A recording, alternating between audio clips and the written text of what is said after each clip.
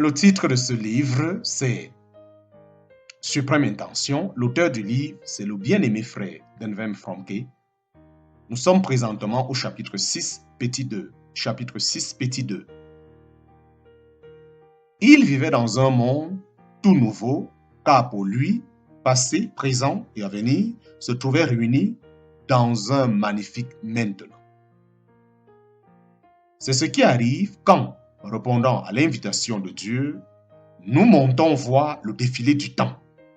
Du point de vue élevé que nous ouvrent les lieux célestes, le regard de Dieu embrasse non seulement les événements qui se déroulent dans le temps, mais il voit tout ce qu'il a conçu avant le livre de la Genèse et tout ce qui se consommera après l'Apocalypse. Vu de son éternel maintenant, l'éternité devient un tout complet dont les parties que nous appelons le temps ne constituent qu'une toute petite parenthèse.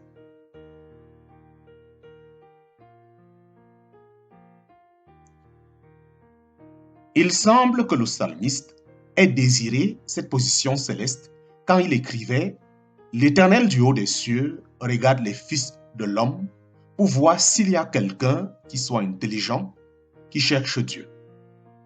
L'Éternel du haut des cieux regarde les fils de l'homme pour voir s'il y a quelqu'un qui soit intelligent, qui cherche Dieu. » Pourquoi intelligent?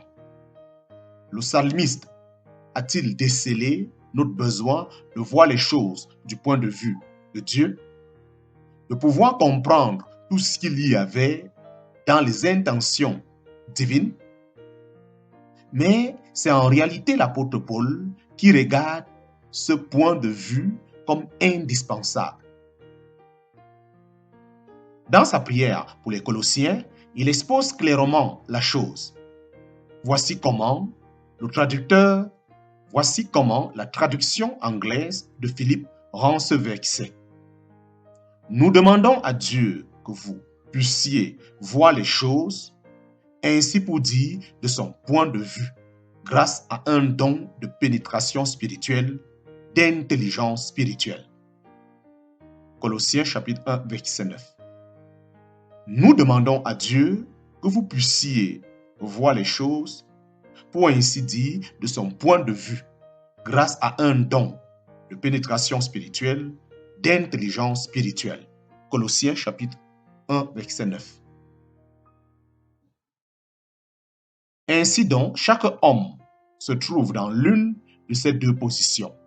Ou bien, il a son centre en lui-même et regarde en haut de son propre point de vue, ou bien il jouit du point de vue auquel Paul fait allusion dans sa prière. Il regarde en bas. Du point de vue de Dieu, il regarde avec ses yeux.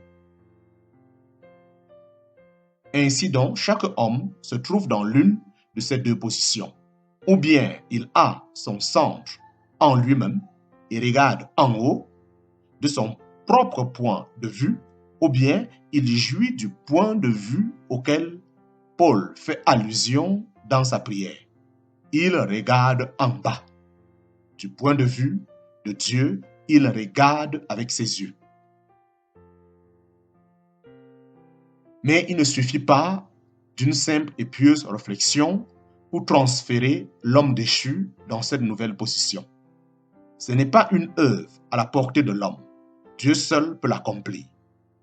C'est Dieu qui est entré si profondément dans notre humanité qu'il peut élever l'homme en le faisant vivre sur un autre plan et l'affranchir en lui assignant un autre centre où tout devient différent. Sur le tableau, nous avons représenté le moyen par lequel Dieu fait passer l'homme de la famille d'Adam dans le royaume de son Fils. A représente tous les hommes en Adam. Ils vivent pour eux-mêmes, appréciant toutes les circonstances de la vie selon qu'elles les touchent. Au lieu de porter Dieu au trône, Adam s'y est mis lui-même en mangeant de propos délibérés du fruit défendu. À partir de ce jour-là, plus rien n'a marché convenablement pour lui et sa famille entière a été entraînée dans ce dérèglement. En essayant d'être lui-même,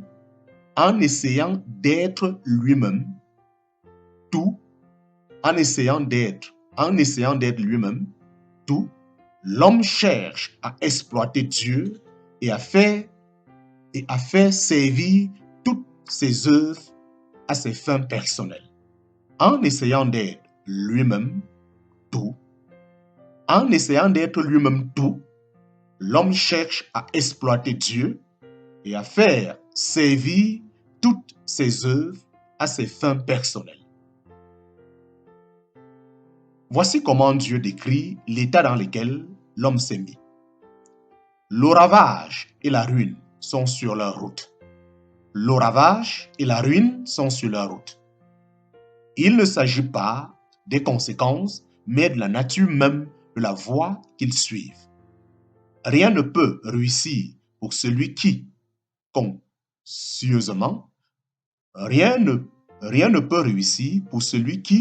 conscieusement, ou inconscieusement, fait graviter l'univers autour de lui-même. Quel châtiment que de vivre en compagnie d'un moi avec lequel il est impossible de s'entendre. Tant que vous avez votre centre en vous-même, votre moi n'exerce aucun attrait sur vous. Vous ne vous plaisez pas avec lui. Quelqu'un a exprimé la chose ainsi. C'est tellement merveilleux de laisser tomber notre moi de nos mains pour l'abandonner à celle de Dieu. C'est comme si on vivait dans un monde nouveau.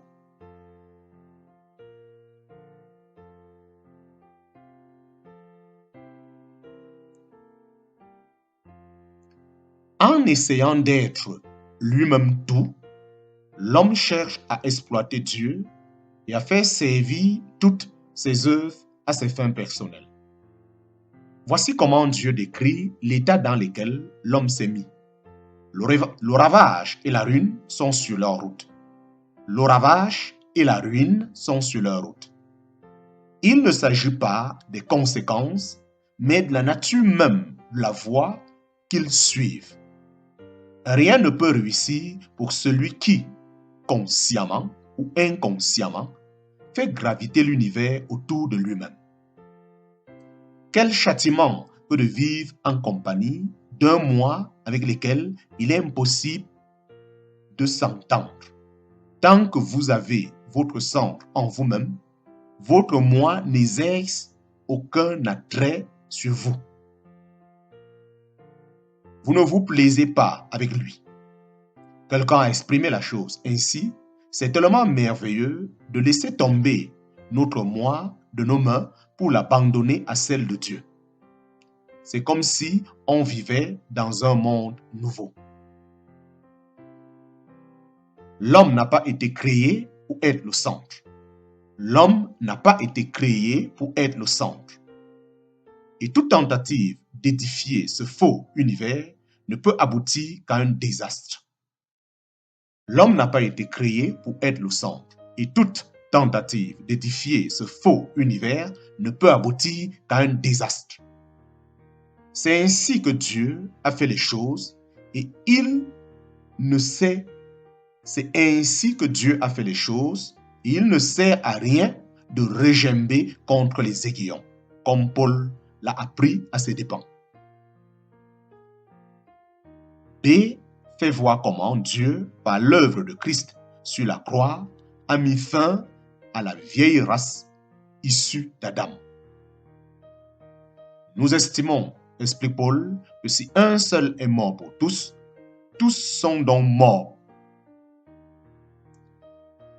Nous estimons, explique Paul, que si un seul est mort pour tous, tous donc sont morts.